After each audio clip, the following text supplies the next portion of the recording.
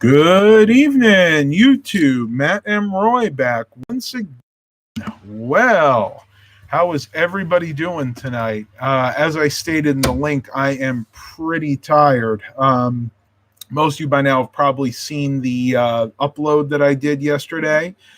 The vlog, yeah, that was insane. Mom and I did that in one day. It wound up being a almost 2 hour trip each way up to Tappahannock, Virginia, to pick up this lot of 40 desktop computers. Really, really surprised they all fit in there. Honestly, I wasn't sure what to expect because from the eBay pictures, I couldn't tell exactly how many full-size, small form factor, and ultra small form factor towers there were. Wound up being about a mix of each of them. So I think there wound up being about 15 of the regular size mini towers. I think there was maybe another 10 of the small form factor, and then I think there was like another 15 of the ultra small form factor. So a good mix. They all fit in there. Actually, I probably could have fit maybe, I would say double that. I could, if I had to in a pinch, I could probably put 80 computer towers in that Yukon. Absolutely insane. Well, we got some spirited conversation going on here. I see Classic Mobile Home is here. We got, let's see what's going on here.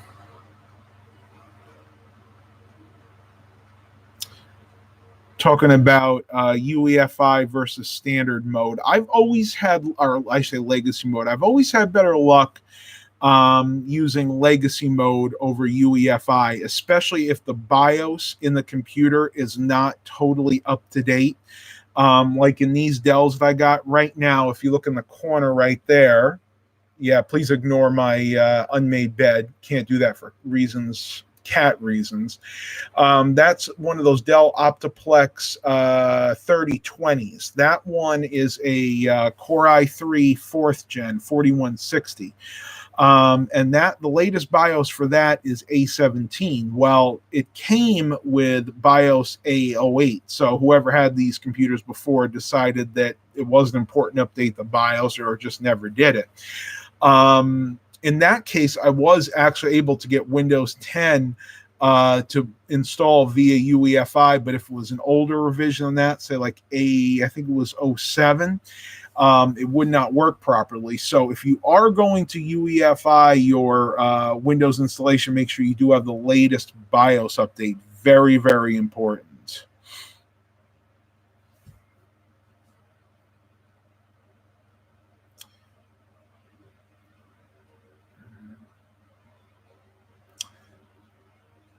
Scott Kearley. Oh, Scott, yeah.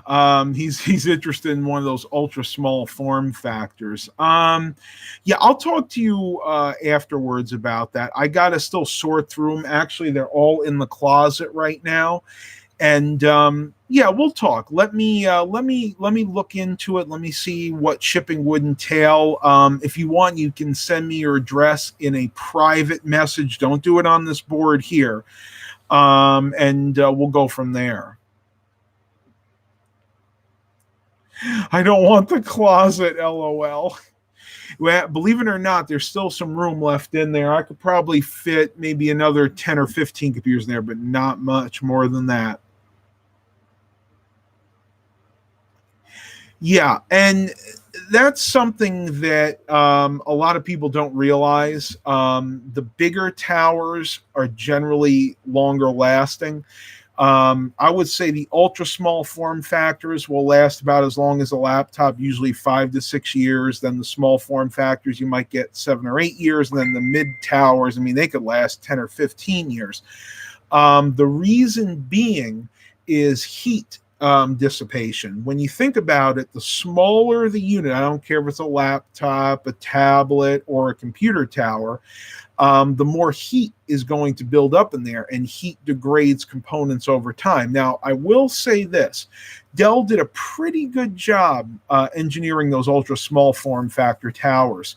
There's actually a fan that sits over not only the hard drive, but then there's another one that fits in front of the CPU. So there's a hard drive fan, a CPU fan, and of course your heat sink. Now, that being said, when I refurbish the ultra small form factor towers, I am most definitely going to be replacing the thermal paste on those CPUs. Chances are they would have degraded even more, again, because of the heat. Processor upgrades. A lot of you have asked me about what am I going to do about doing any processor upgrades. Well, for the most part, these are all i3s with a few i5s mixed in. The i5s are going to go out, and the majority of the i3s are going to go out as is. Now, I may take some of the small form factor and then the mini towers and upgrade those to i5s and i7s. Believe it or not, you can actually find those at a reasonable price on eBay. But when it comes to the real ultra small form factor towers, I don't want to upgrade those because, again, heat reasons. i3s are actually what belong in there, and that's the ones I'm going to pretty much stick with.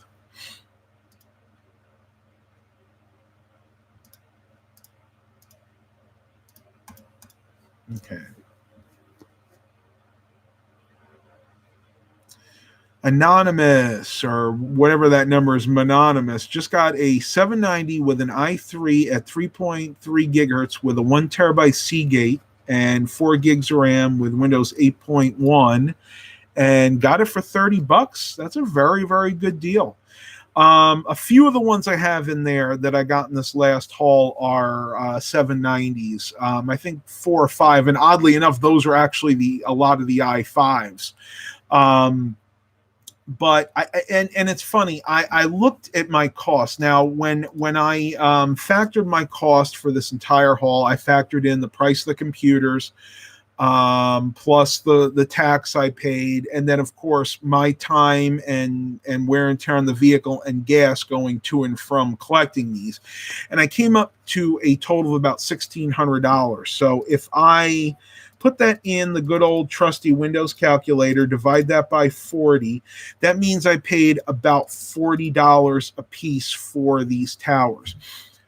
Not the best deal in the world, but it's still a good deal. When I look at, putting in a solid state hard drive, pairing it with a monitor, keyboard, and mouse, I can still make about a 50% profit on these, or maybe eke out just a little bit more. It's just going to depend on, the selling conditions and how much I have to spend on the solid state hard drives. But it was the best deal at the time that was close to me. And that's really important, because when you're buying computers like this to refurbish, freight will kill you when it comes to your resale. Shipping would be a bear. If I had to pay freight on that, and that pallet had to be freighted to me by another company, then chances are I would have wound up paying, who knows, probably $500 or $600.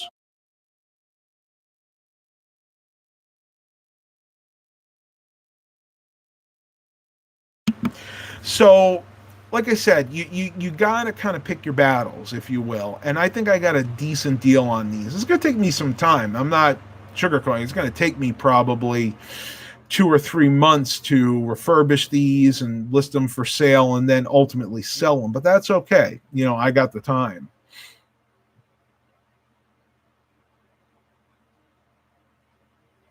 Small form factor. He goes, you can only use I think you're referring to the ultra small form factor. You can only use one hard drive unless you take the optical drive out. Yes and no. I got to look in there, but I believe the ones that I have actually have 3 SATA ports.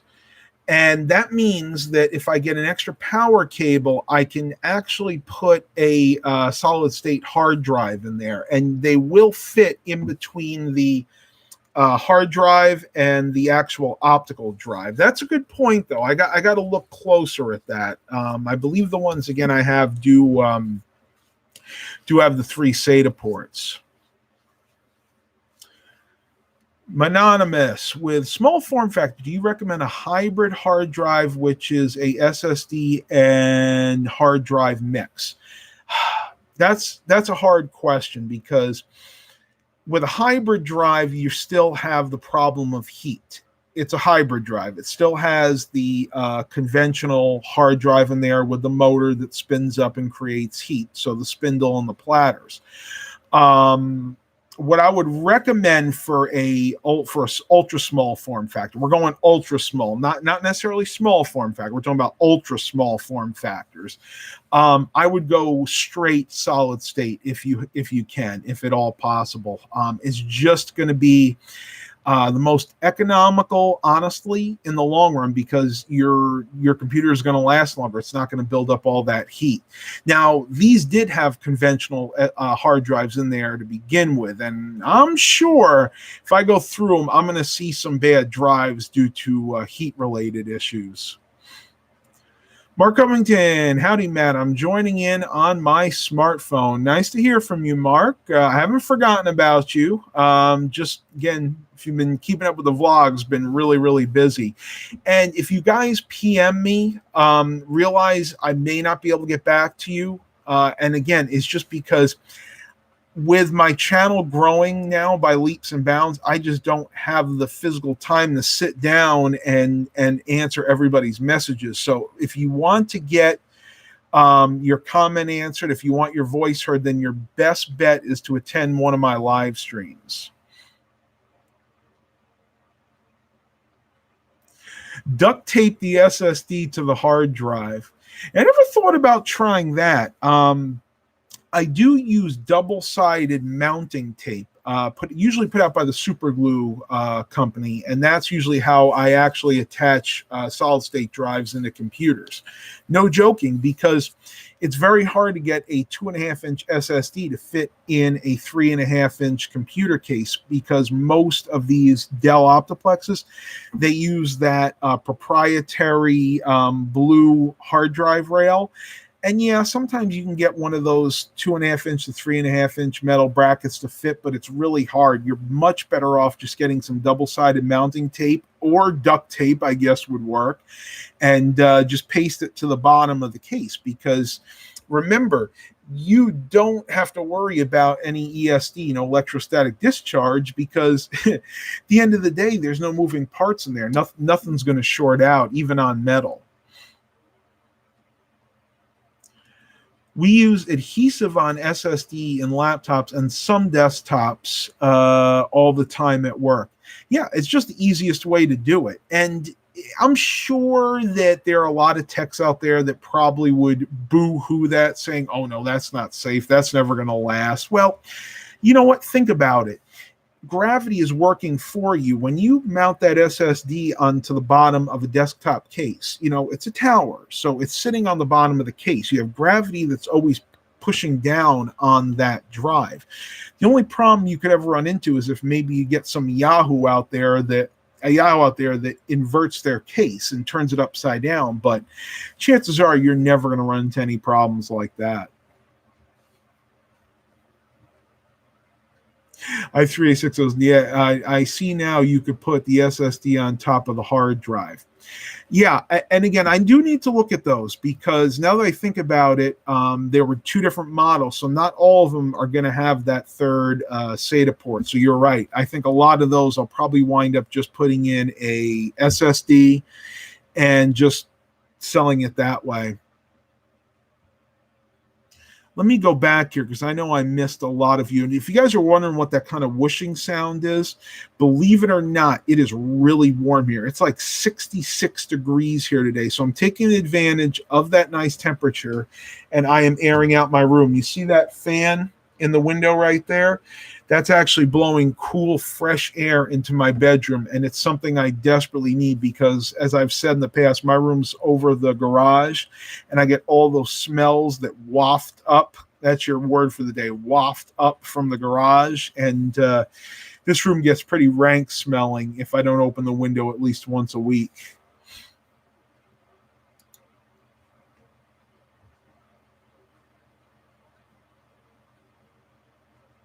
Eric's Friday channel. Eric, what's up, bud? He goes, I was shocked to discover that I properly mounted the SSD in my old system. Interesting. I don't know if you put the video out yet or not. I think the last one of your videos I saw was the gem computer when you finally got it up and running, and I think you were having issues with the burner. You had like a 4x4x24 old CD burner in there, and you couldn't get it to focus lock on the disc. 66 there. It's 55 here. That is odd. You further north. Temperatures are weird that way. And I say 66, but that was as of about an hour ago. So let me give you guys the exact weather update right now. Okay, yeah, we went down. At 5:23, it was 64. Now it's down to 57. I don't know if you guys can. I don't think you guys are gonna be able to see that, but I love this Fitbit Versa Lite. I can actually get a accurate weather forecast just on my Fitbit here. A lot of my friends have the Apple Watches, and I'm like, I don't need all that. I can do everything with my smartphone. I like my Fitbit because I'm used to the interface and it tracks my activities. And I'll give you guys a fitness update real quick. I've actually been doing really well. I've been eating a lot more, but that's because I've been exercising a lot more. I went on about a 9-mile bike ride today, and right now I'm at 18,727 steps. So that equates to about 3,652 calories burned minus whatever the bike ride was. So the bike ride was probably about 1,000, so hitting about 4,500 calories at the moment. How's my father doing? He is doing really well. I'm going to tell you guys a story. He probably is going to get mad at me for saying this, but I'm going to do it anyway. He's about a month out now from the rotator cuff surgery. And he decided to go out into the garage today because we cleaned out the trailer finally, and we loaded everything under the lift in the garage. And he cleaned it all up. I mean, he did it all himself. There was a lot of stuff on there. He had it in this little cart that he had under there. He had it on the floor, and he came in and he said, "Oh, Matt, I got to tell you, I really overworked it today. I was using my shoulder, the one that not only his good arm, but the left one that he had the replacement done on."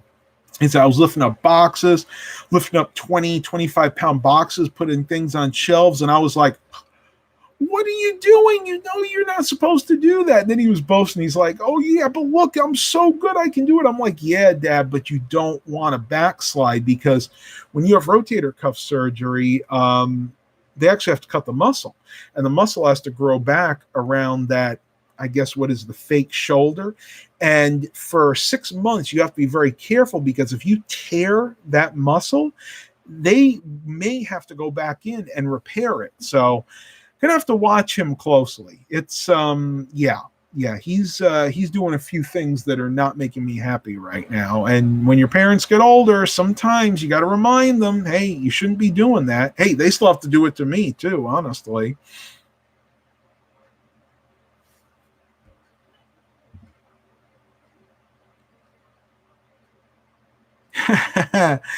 He goes, yeah, Eric was talking about Mountain SD. He goes, yeah, that I used the proper cage adapter, and Rebecca didn't understand why. I was shocked by that.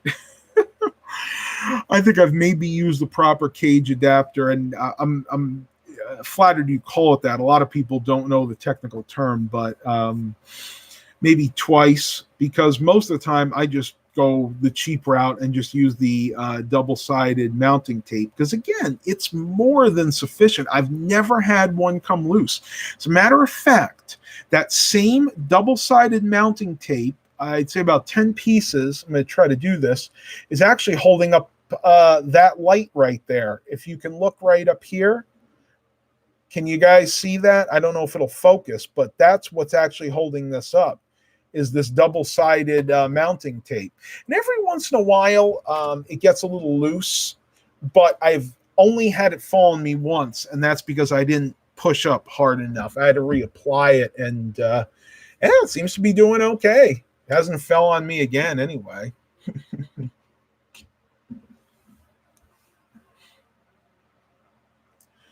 Mr. Jimmy, I scored two nice laptops free yesterday off Marketplace. Lady said for parts worked fine. An i3 320M, 4 gigs of RAM, and a GT 230. Very similar, almost identical to that Sony Vaio I have downstairs. Matter of fact, same graphics card. I think it has the same processor and even the same amount of RAM it had in it originally.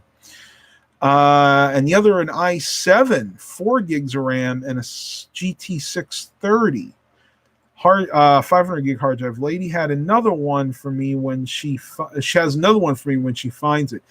That's a very, very good thing to remember. You always want to keep contacts. A lot of people forget that sometimes the best scores are the ones that friends and or family get for you. You know, people telling people, you're like, hey, my son does IT work.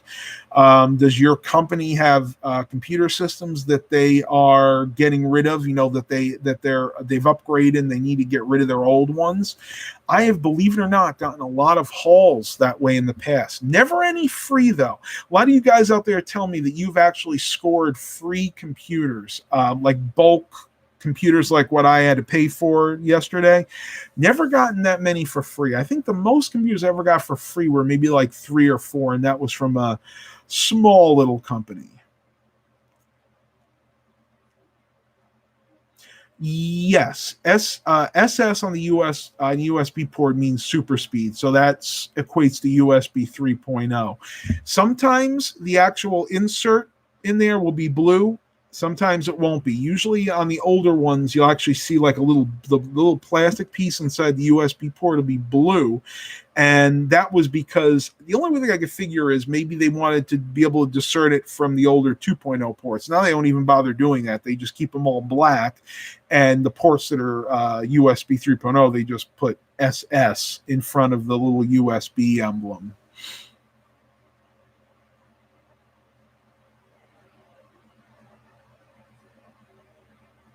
Oh man, first computer that Mononymous ever got went up in smoke due to a bad CPU fan.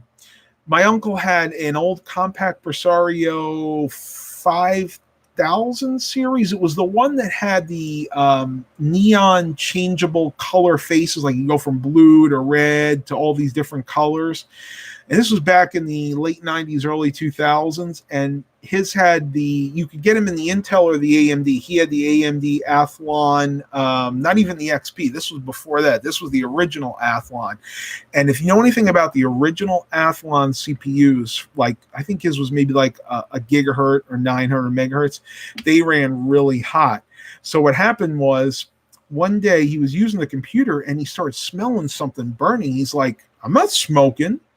And he saw smoke coming out of the back of the computer. Well, what had happened, the CPU fan failed. And those CPUs are hot enough that the heatsink is not enough. Once the fan fails, within a matter of minutes, you will cook that processor. And that's actually what happened to him. He showed it to me. You could actually see on the motherboard where it almost caught fire. It was actually black and sooty like smoke.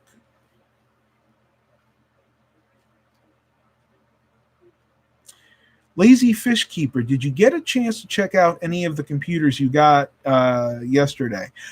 Yes. Matter of fact, I've done 2 so far. One is my new data backup system, which replaced the Dell Inspiron 530, the well-used and on its last legs Inspiron 530. And I'm just working on another one over there. Both of these being the mini tower, so the bigger of all the towers. I did power on a few of the ultra small form factor systems. I was a little concerned because those are the ones that tend to have issues, but they all seem to be fine. So I think I checked 2 or 3 of those. So I'm going to give this seller good feedback, and hopefully they'll remember me in the future. Was not a bad trip up there. It was a lot of, I have to say, it was a lot of back roads. So the Yukon may not have been the most economical choice, being that that's got the Vortex 6000 in it. I wound up maybe averaging about 14 miles a gallon, but it was still a nice ride, and it's definitely worth it and doable again in the future.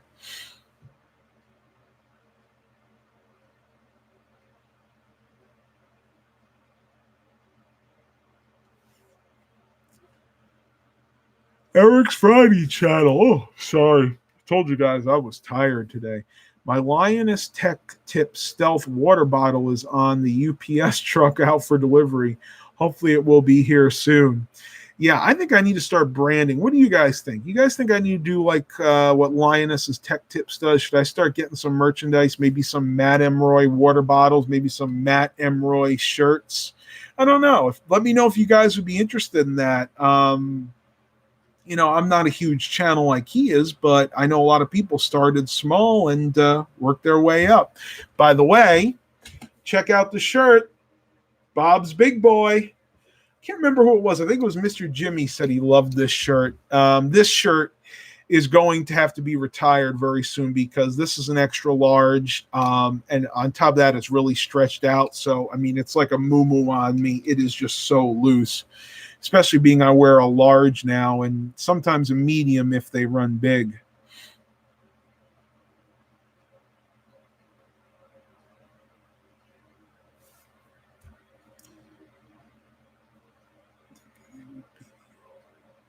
Oh yeah, Mr. Jimmy was saying he was really surprised about that hole. He thought they would, for free, they'd be like all Core 2 Duo or Celeron systems. Sometimes you get lucky, my friend, and you definitely got lucky. Shoney's are the same as Big Boy. I didn't know that. We actually do have a Shoney's. It's the other part of my town, the other part of Chesapeake. It's not a great one. I've been there a couple of times, especially for their old timers breakfast. Used to go with my grandfather at the time, and really tasteless food, honestly. I know they're not all like that, but the one around here is just really nasty. And it wasn't very clean either.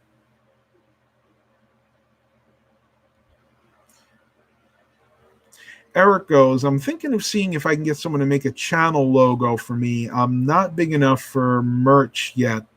I don't think I am either, honestly. But if you guys were really interested in supporting the channel that way, I might try like a small batch of t-shirts or something.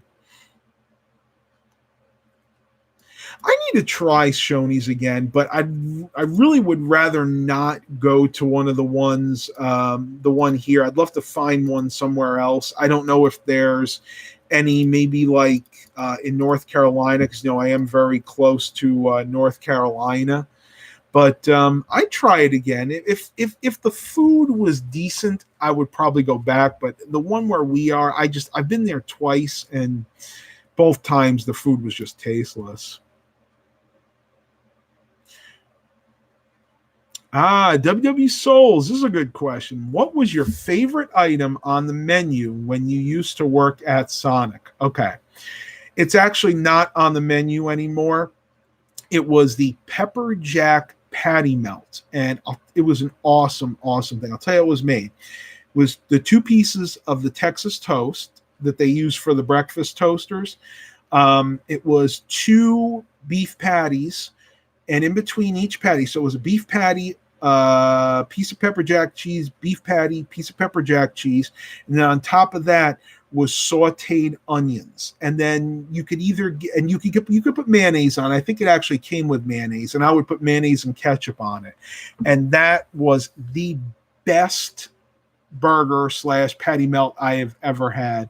Unfortunately, they don't have it anymore, and even if they did, I can't eat beef anymore, so it'll have to just be a fond memory of days gone by.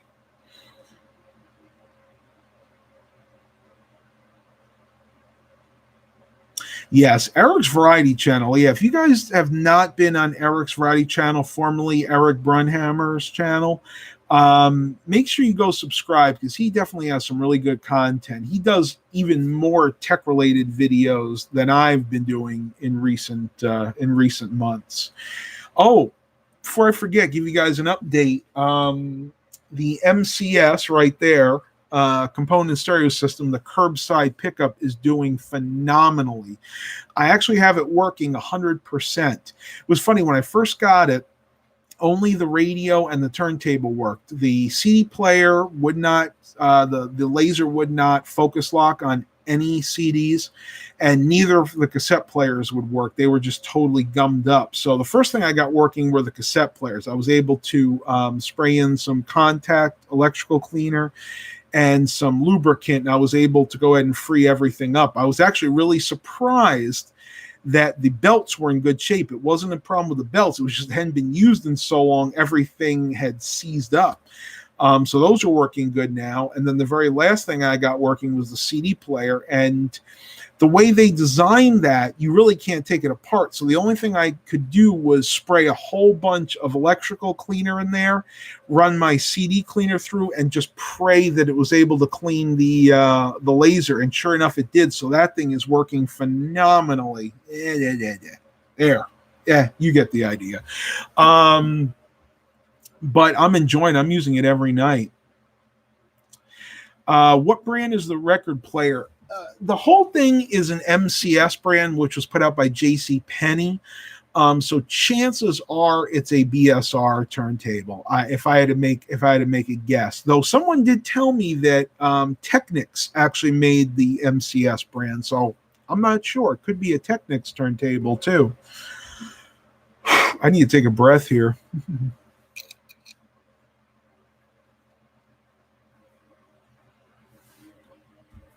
I'm reading a comment from Charlie Lipinski. I don't know if he's here or not, but he said he wishes he could buy and sell computer lots like that. Anybody can do it. I'm telling you, you really don't need that much money to start up doing this. I started small. When I started buying lots, I mean, I was spending maybe $200 or $300 at most. Now I've, been able to increase, and, we're figuring about $1,600 on that last one. But the thing is, you got to start small and then you build up. And there are a lot of people out there that like doing this like I do. A lot of people will say, you know what, I don't want to deal with the used equipment. I just buy new systems, or I build new systems for people, and that's fine. You got to find your niche, whatever you want to call it, and just follow it. Whatever makes you happy, whatever you're passionate about, go out there and do it. And you know what? You'll never work a day in your life. Hey, Madam Roy, what kind of antenna do you use on that stereo? That AM station had no static. Mine has so much popping. Also, the FM is bad. The AM antenna is actually built into that unit. I haven't taken it back off, but I'm assuming it's some type of loop antenna that's on there. It may be a comb one, though, if you ever seen those combs, but it's internal, so I didn't even bother looking at that. For the FM radio, there's actually two leads on the outside where you can attach like a wire or like an external FM antenna. But in my area, because we don't have any hills, the FM signals are so strong, I don't even bother putting antennas on most of my stereos. And that actually has a really, really good tuner in it, both AM and FM.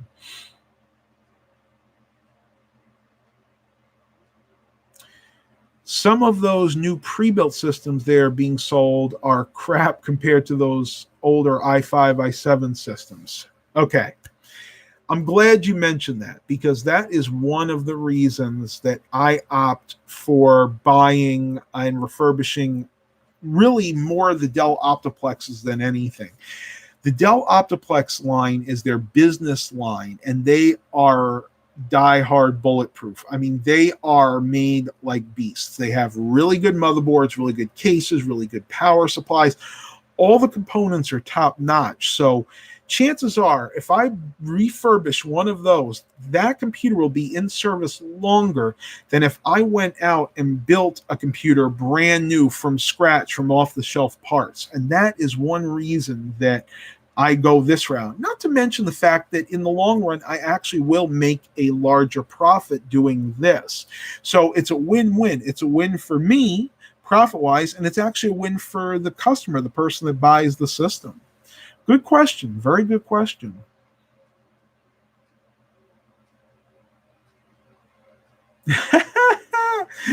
I remember my mom's friend thought Celeron CPUs were the best. Back in the Pentium 4, well, I'm not even know that far, Pentium 3 era. So we're talking about, oh, I can't even remember what socket Pentium 3s were. We're just going to say slot because they did have some slot 1 Pentium 3s, but that era of CPUs, the Celerons were almost as good as the Pentiums that they were really competing with. And at that time, a lot of businesses were just going with the Celerons because the cache memory wasn't all that different. I think it was like the difference between 128 and 256K. And you really, most of the programs back then couldn't take advantage of that extra cache memory anyway. It wasn't really until we started getting to the dual core processors, so the first Pentium Ds, the early Core 2 Duos, where the Celeron really showed its age, really showed how slow it is compared to the more modern CPUs. And again, a lot of it had to do with the dual core CPUs. You got to remember, when we went to dual core CPUs, the clock speeds went drastically down. So when you pair a single core Celeron running at like 2.2 gigahertz to like a Core 2 Duo E8400 running at 3 gigahertz, it's going to be a huge difference. Celeron mobiles, yeah, a laptop equivalent Celeron. Never was a big fan of those either. Those were just as hot running as the Pentiums at the time, sometimes even more so, and they just were not that well made. Not that they went bad, they were just really slow. I mean, like really slow.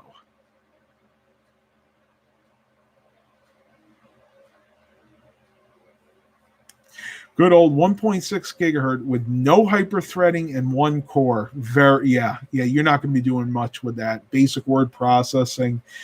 Even back in around 2006, 2007, you would even probably struggle to play a decent YouTube video with that.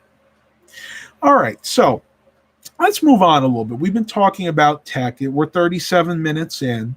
I do kind of want to focus a little bit on the fitness side of things because a lot of you out there that follow my channel are trying to lose weight, as I am still trying.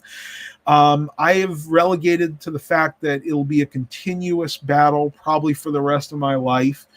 I do still have the urge to binge eat. And yesterday when I went to that King's China buffet, a little bit of the old Matt came out. And yeah, I ate like 3 plates plus a bunch of dessert. So I overate yesterday. The nice thing is at this point, I physically can't eat too much because my stomach is shrank. And you guys and gals out there can do the same thing. Once you get to the point where you've lost enough weight to where your stomach shrinks, it'll physically make you ill to eat the same amount that you used to eat. So keep up the good work if you're doing whatever it is you're doing, your lifestyle change, your diet, whatever you want to call it, because it will work out. Believe me, if you are diligent, if you pray to your higher power, hopefully God, but whoever, you will be successful. A lot of people out there fail, and the reason they fail is they're not mentally prepared. If you are not mentally prepared to take that leap and to realize it's a total lifelong commitment to healthier eating, don't even try. You will fail before you start. I did this so many times throughout my 20s and my early 30s. I can't even fathom the fact that I've succeeded. But the only reason I succeeded was I got so fed up with looking at myself in the mirror. And yeah, I'm going to be blunt. Sometimes to shock yourself, you just need to stand naked in front of a mirror and look at yourself. That's what I did before I lost the weight. And I'm like, oh, it's just awful. Once you do that, you will get yourself mentally prepared. It's just going to happen. I can promise you that. Eric's Variety Channel. On Sunday, I went to Hibachi Buffet with my dad and Luke. I couldn't believe that they only had, that I only had one plate. Two, if you count the little bit of Luke that Luke didn't finish. I'm proud of you, Eric. That is really good. To this day, when I go to a buffet, I still can't only have one plate. I have to have at least two or three. And that's why I limit myself to going to buffets maybe twice a year.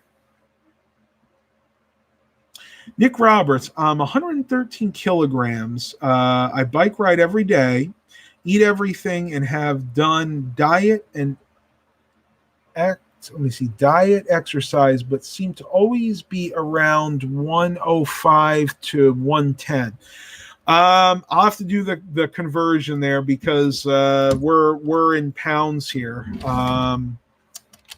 Send me your height again real quick so I can kind of figure this one out.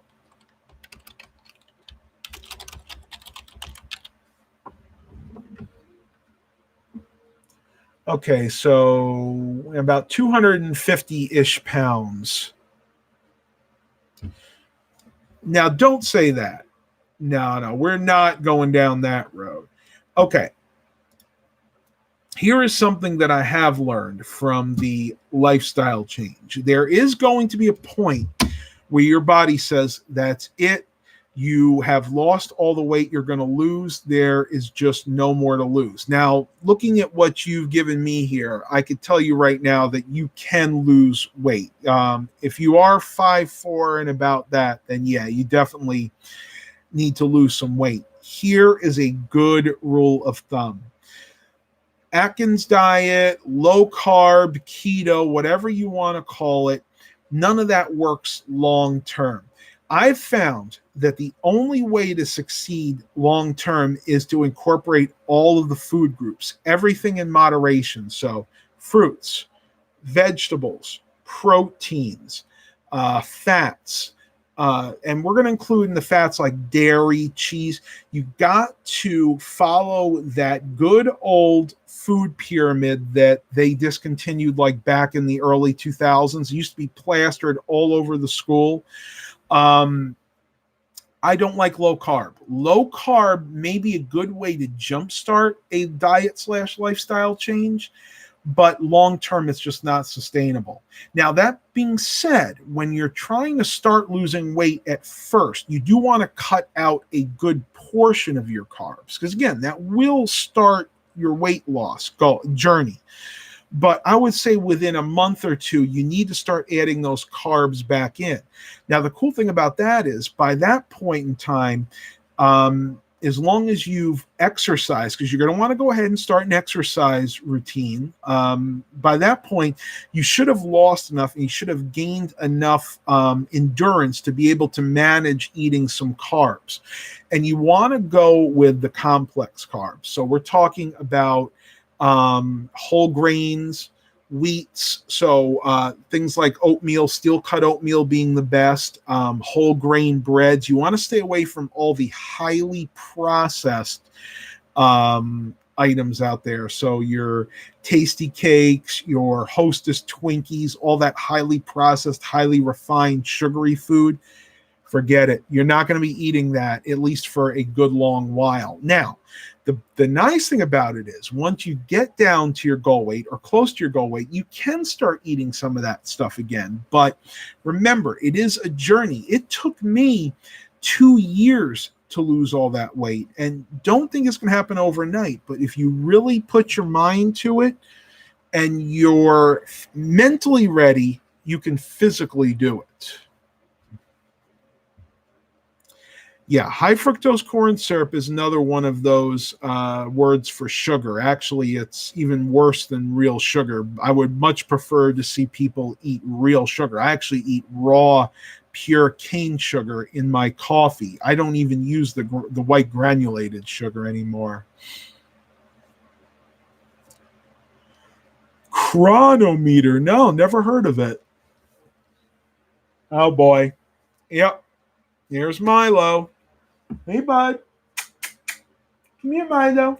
Come on, Milo. Come say hi. You want to come up? Want to come in my lap?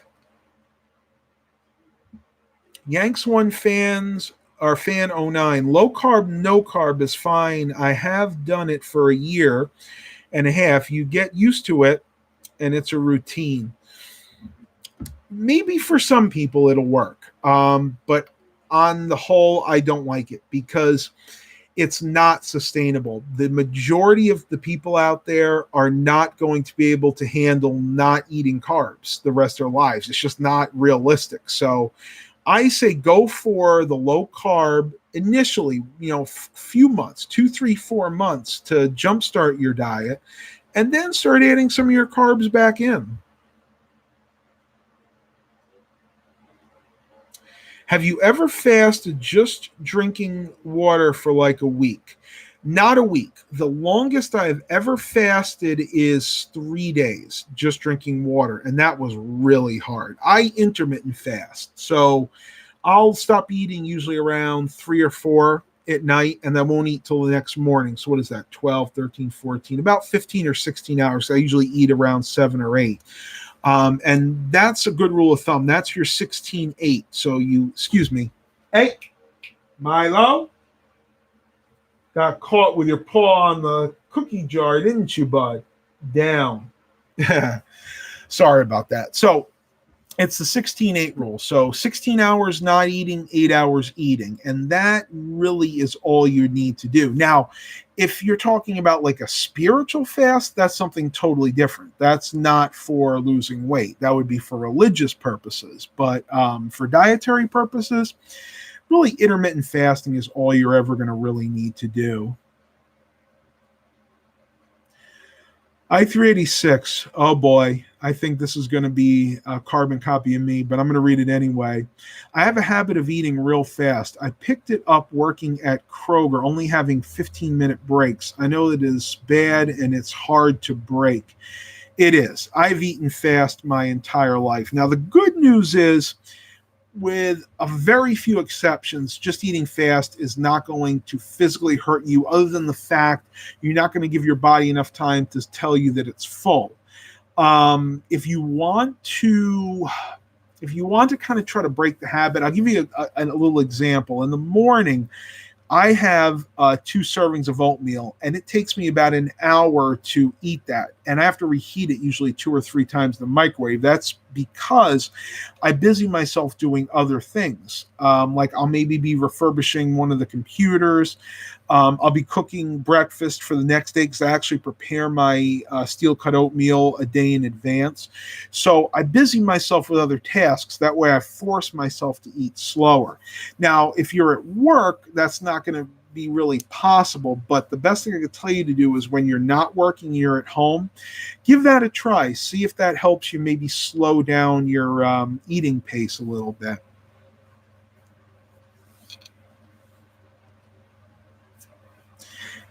Oh, sorry. We got a bunch of people. Okay. Our church, this is Eric's Friday channel. Our church is doing a 21 days of prayer and fasting. So I'm fasting 1 meal a day. It's not always the same meal, though. Interesting. Not taking that from a spiritual standpoint, but from a dietary standpoint, that's actually a good thing. That's what we call shaking up your body. In other words, just kind of confusing it a little bit. Well, it can actually make your body lose weight in the long run. It's actually a good idea.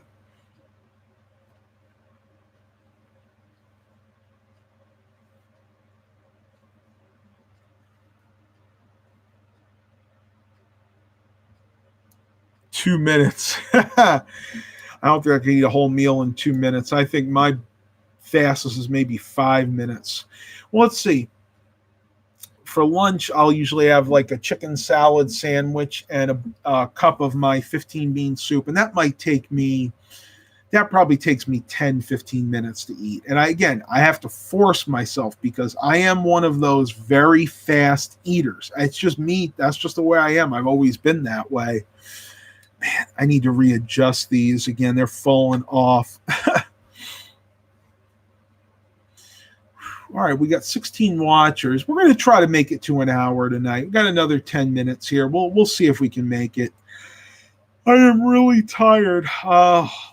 I actually picked up. I went to Aldi today and I picked up a electric toothbrush, same brand as the water pick I got, because everybody keeps saying, Matt, you know, you got to do an electric toothbrush. Ultrasonic is even better, which this one is. And I tried it for the first time, and boy, was it strange. I mean, I could feel my gums tingling. But I'm going to keep doing it because it is definitely going to be better for your teeth. I could tell just by using the electric toothbrush, got almost everything out without even having to use the water pick, and everything's kind of squeaky clean at the moment.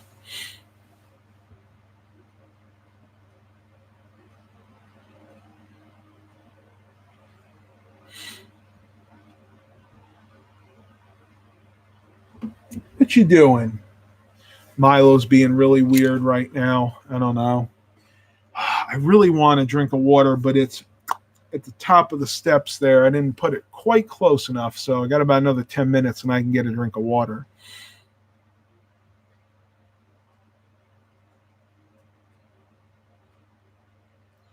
Speaking of Aldi, those crock pot liners are great, especially for potlucks. Yeah. Okay. Yeah. I'm sorry. You know, that's one thing I didn't give you guys an update on in the vlog yesterday. I was going to tell you how those crock pot liners worked out. I'd say it was about a 75%, maybe 70% success rate. Two of them worked flawlessly. The third one must have gotten a little bit of a slit in it, because when I finally took it out, there was just about this much of the soup on the bottom. But I still call it a success because it was really easy to clean. I just took one of those Clorox wipes, wiped it out, and put it away. So yeah, I would say they're definitely worth buying, especially for messy crock pot meals like those soups, or, you know, if I do the pork ribs. And funny enough, I was a little concerned about it melting, so I kept it on low. Not just for that, but I was going to be gone all day, and I didn't want the soup to overcook.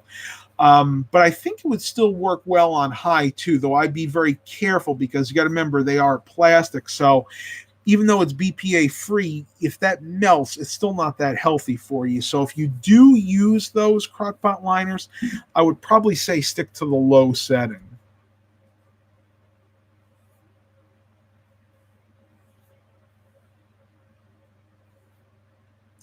Yeah, I did. I did that, Eric. I did actually use plastic utensils with mine, except for the end. And the only reason I used my metal ladle is because the plastic one is really flimsy that I have, and it really doesn't hold the soup when I pull it out. But I was really careful. I didn't really scrape the bottom like I usually do. So I don't think it was anything that I did. I just think that in the manufacturing process, you know, every once in a while you're going to get one of those liners that just has like a little micro hole in it, and as the heat, you know, builds up, it's just going to kind of start tearing and tearing. And I was unlucky enough to get one of those, but it really wasn't too bad. It still was worth it. I would do it next time. As a matter of fact, if I go back to Aldi tomorrow, probably pick up some more of those. And one thing, it actually wound up working out in the long run. You know, with everything I did yesterday, I did the soup in the morning. I put everything in except I forgot to put the ham packet in. When you get 15 bean soup, you get a packet of it's powdered ham flavor, and I usually put that in, but this time I forgot. And it actually tasted pretty good, honestly. I couldn't really tell a difference. So really, you could actually say that this is a vegan soup, because there is nothing in there that is meat or dairy. No, because the broth I use is vegetable broth, and I use Lipton or onion soup mix. I use the generic onion soup mix, but it's really, really good. I believe I did a YouTube video on making that, but if I didn't, it's really easy. I mean, you pretty much get the 15 bean mix. It's a pack. You can get it at the store. The beans and the ham packet come in it. And I use celery, carrots, onions, mirepoix, as Guy Fieri would say. And then I also put in Italian seasoning, spike veggie seasoning, garlic, celery seed. And then I like mine a little more tomatoey. If you don't like it tomatoey, you don't have to do it, but I do. So I put in a can of diced tomatoes, usually a can of tomato sauce, and even some tomato paste. You can see I really like my tomatoes, but all that's optional. And then to fill it up, I use a pack or a carton of vegetable broth in each crock pot. And then usually I still have a lot of room left. So what I do is I get 4 packets of the Lipton onion soup mix. I cook that on the stove separately. And then towards the end, I actually add that in. And just let it cook in the crock pot for about 8 hours. So good. And I freeze a bunch of it. So I only have to make this at most maybe once a month, and then I just eat it during the week. It actually makes a really, really good pairing for lunch for things like chicken salad, sandwiches. Sometimes I'll just do like cut up chicken in a Italian salad, with the romaine and the radicchio lettuce. So good. And it's healthy. I mean, that's the whole thing. You want to eat as healthy as possible.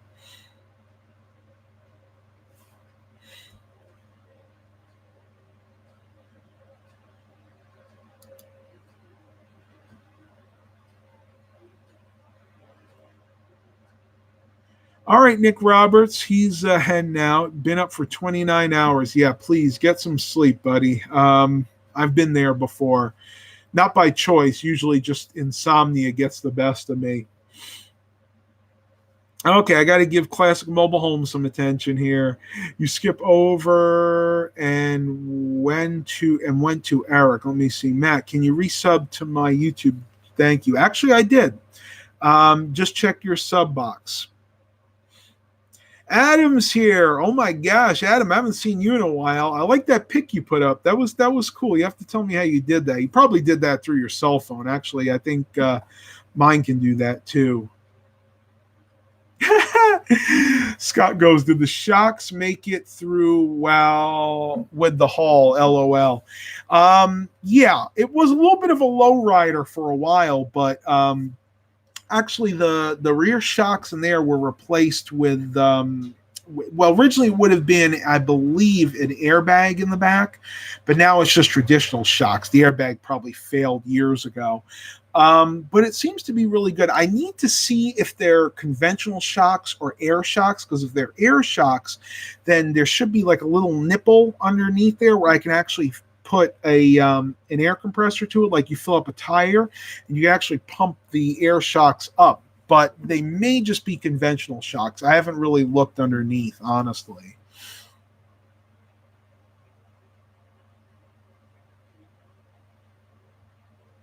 Mr. Jimmy, I stayed awake once 40 hours, just could not fall asleep, was wide awake. I hate to say to take like a sleeping pill, and I don't take like sleeping pills, but you know what works for me? I do once in a while take the melatonin in the gummy drop form, and then good old Benadryl, because I have allergies anyway. So I take like 2 or 3 Benadryl at night, and I sleep like a baby. It has the added benefit of making you drowsy. And of course, if I didn't take it, I wouldn't be able to sleep because my nose would be stuffed up all the time.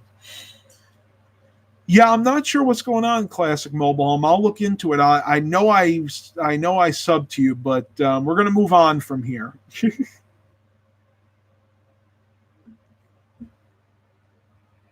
What does small bad tracks on hard drive mean? Well, sometimes you can get bad sectors. Now, I've talked a lot about this in the past, and we only have about 2 minutes. This is going to be the last thing that I'm going to talk about. But when you have bad sectors, the manufacturers of hard drives always account for a certain amount of bad sectors. So basically, the rule of thumb that I go by is if you have more than like 20 bad sectors, then I would call that hard drive suspect and replace it. Anything under 20, keep an eye on it, but chances are you're going to be okay because there's extra sectors available to you on that hard drive. Good question, though. Yeah, it's never a good thing, but if that's what he is talking about, then yeah, you should be okay. All right, everybody, I am going to end it here. No, I'm not mad at you, Classic Mobile Home. I just don't know why why it's not subscribing to. I'll look into it. I promise. Don't worry about it. Anyway, please continue to like and subscribe. I think we had a pretty good turnout today. Thank you, everybody, for coming. And as always, have a blessed day, everybody.